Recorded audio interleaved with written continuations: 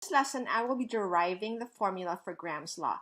The formula for Graham's law is up here, and I will tell you how I got to that, and I will also show you how it's used. So you saw a simulation of a diffusion of a gas. So what we have here is ammonia gas and HCl gas. They're both invisible. But what happens is when you combine them, so if you put NH3, which is invisible gas, and you add HCl, which is an invisible gas, when they come together, you have N there, you have three H's, and then one H becomes NH4, and then Cl. So you're just putting them together. They will bond with each other and make a solid. And this solid is white. So if you put a cotton ball of filled with ammonia gas and HCl here, actually it's in the liquid, it'll turn into gas as it goes into the tube.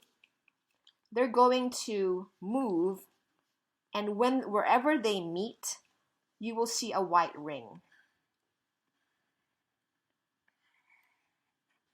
A white ring of powder, as you saw in that video. Okay, so let's go ahead and look at the mass of NH3. At first, let me ask you, which one will go faster, NH3 or HCl? Pause the video as you think. Okay, well, it depends on which one's heavier. The heavier one is going to go slower, right? So let's get the mass of NH3. The mass of NH3, when I add N and 3 H's, is about this 14 plus 3, about 17. So the mass is 17.04 grams per mole. And HCl is, this is 35 plus 1 is 36. This is 36.46 grams per mole. HCl is heavy, which means it will be slow. Okay, so when they met, the NH3 is moving so much faster, and the HCl, let's say HCl is red, was slow because it's so heavy. So they met, when they met each other, it's closer to the HCl. So by taking a ruler and seeing how far they went, you can compare how many times faster one is with the other. Okay, so let's go ahead and take a ruler. Let's say this is 21.4 centimeters, and this one is 14.2 centimeters. Okay, all I'm doing is using a ruler, okay? Nothing fancy. So I'm going to compare the distance of NH3, these for distance, over the distance of HCl. So NH3 has a distance of 21.4 centimeters versus HCl is 14.2 centimeters. Is equal to, divide those, 1.51. So what does this mean to you? It means that NH3 traveled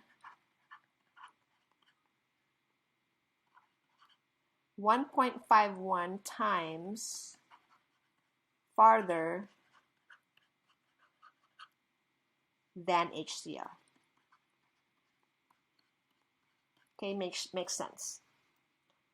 Okay, so what we're going to do is we're going to convert that to speed. Okay, the speed is, remember, we're trying to derive Graham's law, which has velocity underneath it, right? V. Okay, so this is just distance, so we need velocity.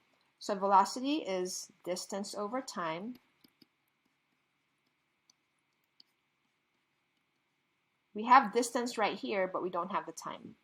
Okay, so what we're going to do is we're going to say that it happened. Let's say that we timed it, and let's say this happened in 1 second. And I'll tell you why it doesn't really matter how long it takes, because it cancels, okay? Let's say this happened in 1 second. So the velocity of NH3 over the velocity of HCl, we're comparing the speed now, is equal to, okay, NH3 traveled 21.4 centimeters for every 1 second, okay, divided by HCl traveled 14.2 centimeters for every 1 second. Okay, so again, if that's not 1, if it were 5 seconds, 5 seconds, it'll cancel anyway, so it doesn't matter how long it took. Okay, but now when you divide this you're going to get the same number, 1.51. But now this is different. This means that NH3 traveled 1.51 times, instead of farther, it's faster, because now it's velocity, faster than HCl. Okay? So remember this number, 1.51, and we will plug it into Graham's law later to see if it's right. Okay? So now let me derive Graham's law. First, we have to start with kinetic energy for the formula, okay? Kinetic energy is equal to 1/2 mv squared. Okay, let me write down Graham's law right here. Graham's law is the velocity of A is inversely proportional to the molar mass of A. Okay, and when you compare that to the velocity of B, it is also inversely proportional to the molar mass of B. Okay, I'm going to tell you what all this means in a minute, but I'm just trying to find this formula. Okay, so for two gases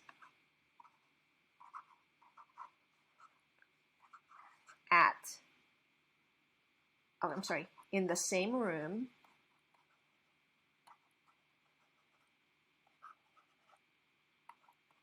okay, these two gases in this tube is in the same room, they have the same temp. They're at the same temperature. Which means that the kinetic energies are equal. Okay? Which means that the kinetic energy of substance A, which in this case may be this gas ammonia, is equal to the kinetic energy of substance B. Okay? Kinetic energy is equal to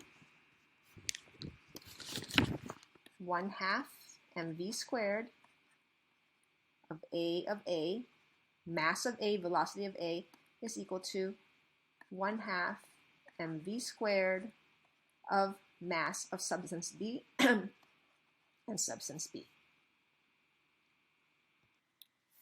Okay, so now we have this formula here, and what we're going to do next is rearrange it to make it look like this. And then once we get there, when we're done. Okay, so what should we do next? I think the easiest thing to do is just multiply both sides by 2. And that gets rid of the 2 here, here, and here.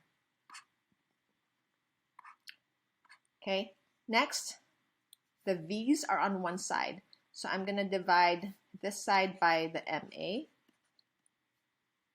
and this side by molar mass of A. Okay, so this cancels. So we're left with the velocity of A squared is equal to molar mass of B.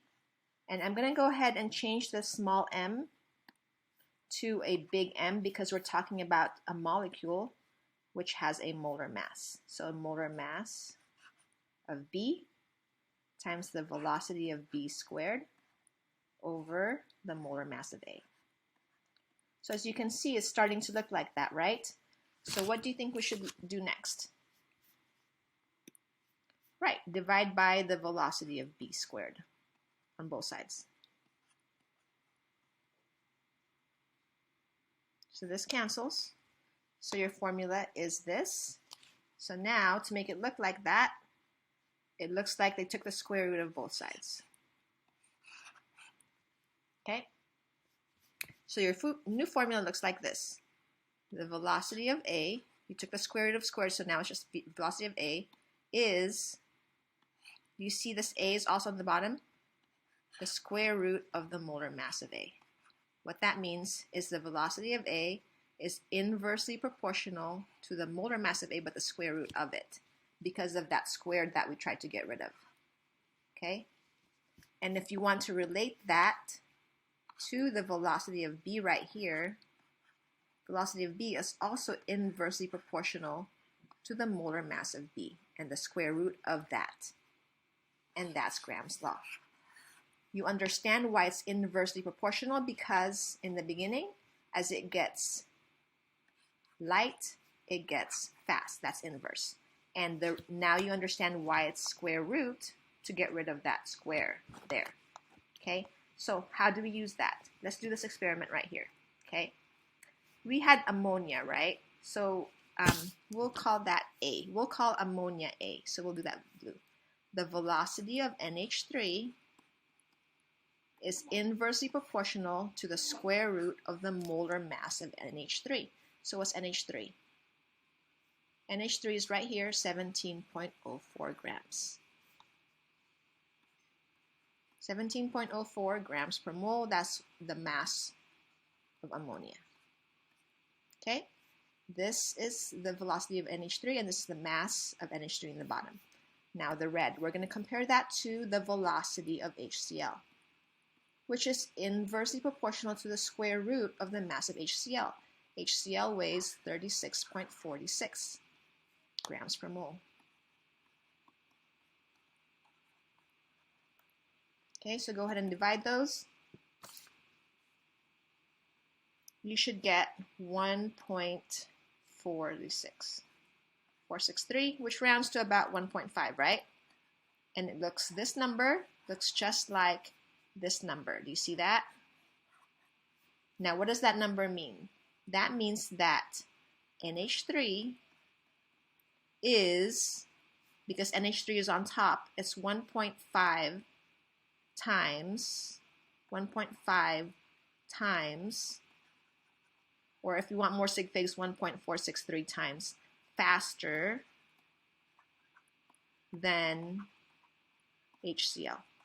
And as you can see, the experiment is the same as the Graham's law that we used here. This is Graham's law formula. Okay, so let me do one last experiment.